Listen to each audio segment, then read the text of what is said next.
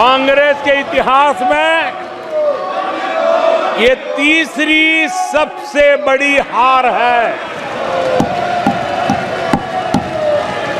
तीसरा सबसे खराब प्रदर्शन है। अच्छा होता कांग्रेस अपनी हार स्वीकार करती, जनता जनार्दन के आदेश को सर आंखों पर चढ़ाती, आत्ममंथन करती, लेकिन ये तो कुछ शीर्षासन करने में लगे हुए हैं।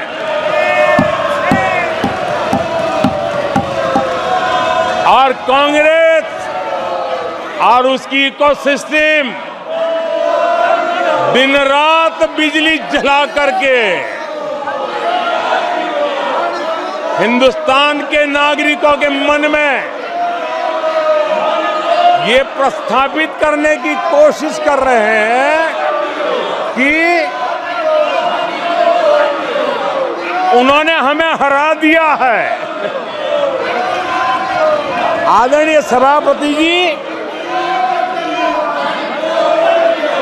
ऐसा क्यों हो रहा है, मैं जरा अपने सामान्य जीवन के अनुभव से बताता हूं। कोई छोटा बच्चा साइकिल लेके निकला है और अगर वो बच्चा गिर जाता है, साइकिल से लुढ़क जाता है, रोने लगता है, तो कोई बड़ा व्यक्ति आकर के उसके पास पहुंच जाता है और उसको कहता है, देखो चींटी मर गई, देखो चिड़िया उड़ गई, अरे देखो तुम तो बहुत बढ़िया साइकिल चलाते हो, अरे तुम तो गिरे नहीं हो। ऐसा करके उसका जरा मन ठीक करने के लिए प्रयास करते हैं, उसका ध्यान भटका करके उस बच्चे का मन बहला देते हैं। तो आजकल बच्चे का मन बहलाने का काम चल रहा है।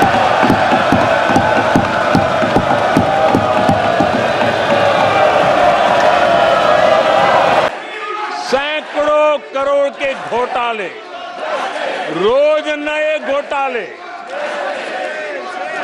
घोटालों से स्पर्धा, ये घोटालेबाज लोगों के घोटाले, इसी का एक कालखंड था।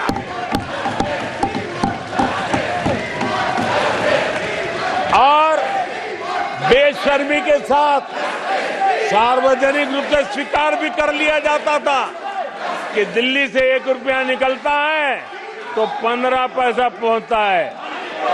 1 रुपये में 85 पैसे का घोटाला।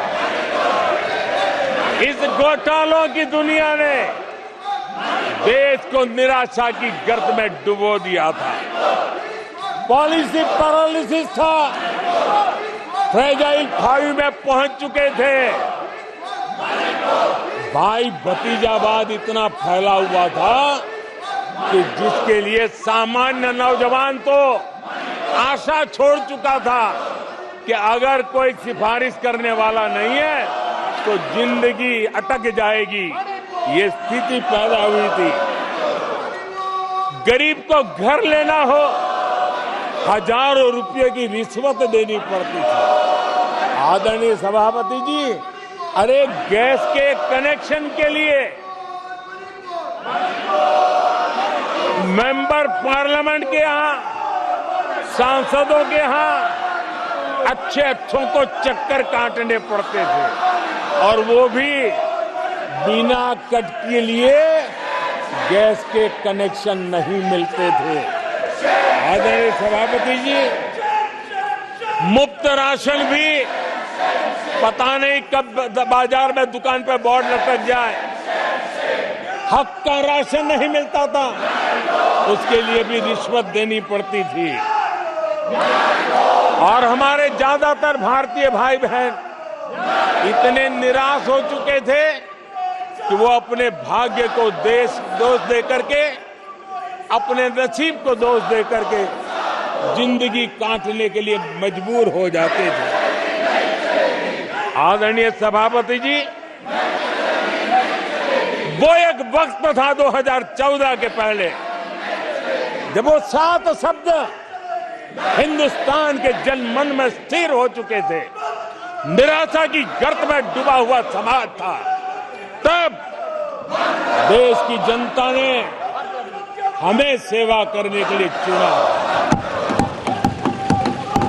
और वो पल देश के परिवर्तित युग का प्रारंभ हो चुका था।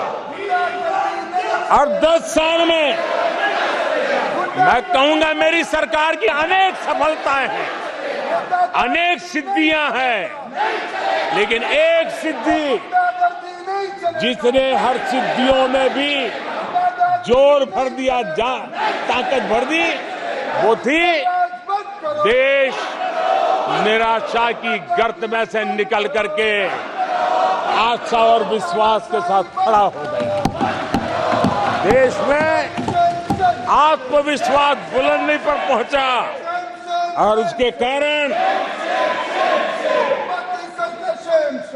वो सब वक्त का जो शब्द थे देश की युवा पीढ़ी की डिक्शनरी से निकलने लगे। धीरे धीरे देश के मन में स्थिर हो गया। जो 2014 से पहले कहते थे कुछ नहीं हो सकता, वो कहने लगे अब इस देश में सब कुछ हो सकता है।